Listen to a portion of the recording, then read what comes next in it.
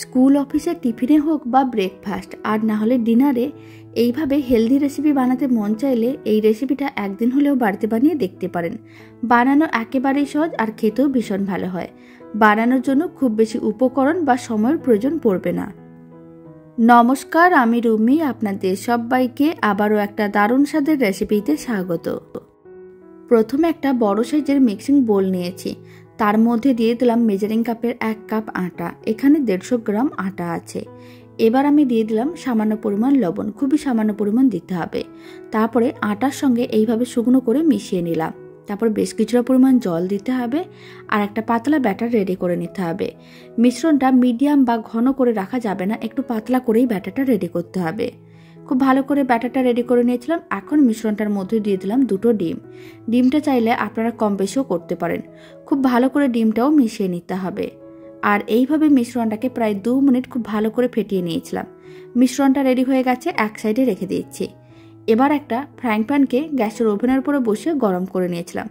সামান্য পরিমাণ তেল নিতে হবে আর খুব ভালো করে তেলটা ব্রাশ করে নিতে হবে। তেলটা ব্রাশ করে নেওয়ার পরে ফ্লেমটা একেবারে লোতে করে দিতে হবে আর দিয়ে দিতে হবে কিছুটা পরিমাণ মিশ্রণ। এবার মিশ্রণটাকে এইভাবে প্রায় 1 মিনিটের মতন রেখে দিতে হবে, যাতে একটা দিক রান্না হয়ে যায়। 1 মিনিট এইভাবে রেখে দিয়েছিলাম, একটা দিক রান্না হয়ে গেছে। এবার এইভাবে সাইডগুলোকে একটু তুলে নিতে হবে, তারপরে উল্টে নিতে হবে।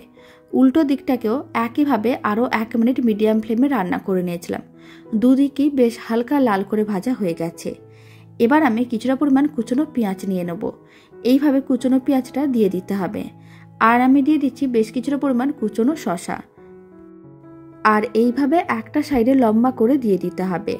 আর দিয়ে দিচ্ছি অল্প একটু টমেটো কেচাপ। এতে খেতে বেশ ভালো লাগবে। আপনারা চাইলে দিতেও পারেন, নাও দিতে পারেন। যদি টমেটো কেচাপটা দিতে না চান তাহলে আপনারা অল্প একটু লেবুর রস দিতে পারেন। তারপরে এইভাবে একটু ফোল্ড করে নিতে হবে, যাতে পেঁয়াজ বা কুচনো শসাগুলো বাইরে না বেরিয়ে আসে। দেখতে যত না ভালো হয়, খেতে তার থেকেও অনেক বেশি ভালো হয়। বাড়িতে বানিয়ে দেখতে পারেন, আশা করি আপনাদেরও খুবই ভালো লাগবে। ভালো করে এইভাবে ফোল্ড করে নিয়েছিলাম। এবার তুলে একটা প্লেটের মধ্যে রেখে দিতে হবে। আর বাকি সমস্তগুলো একইভাবে রেডি করে নিয়েছিলাম।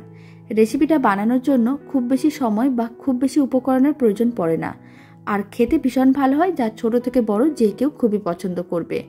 রেসিপিটা বাড়িতে বানালে কমেন্ট বক্সে জানাতে একেবারেই ভুলবেন না খেয়ে আপনাদের কেমন লাগলো। আর ভালো লেগে থাকলে আপনারা যদি ফেসবুক থেকে রেসিপিটা দেখছেন, পেজটিকে ফলো করে নেওয়ার অনুরোধ রইল। ইউটিউব থেকে দেখলে চ্যানেলটি সাবস্ক্রাইব করে নেওয়ার অনুরোধ রইল। পাশে থাকা বেল আইকনটি প্রেস করে নেবেন নতুন রেসিপিটা আপডেট সবার আগে পাওয়ার জন্য। তো চলুন, ভিডিওটা আমি এখানে শেষ করছি। আপনারা সবাই ভালো থাকবেন, সুস্থ থাকবেন। আপনাদের সঙ্গে আবার নতুন রেসিপি নিয়ে দেখা হচ্ছে।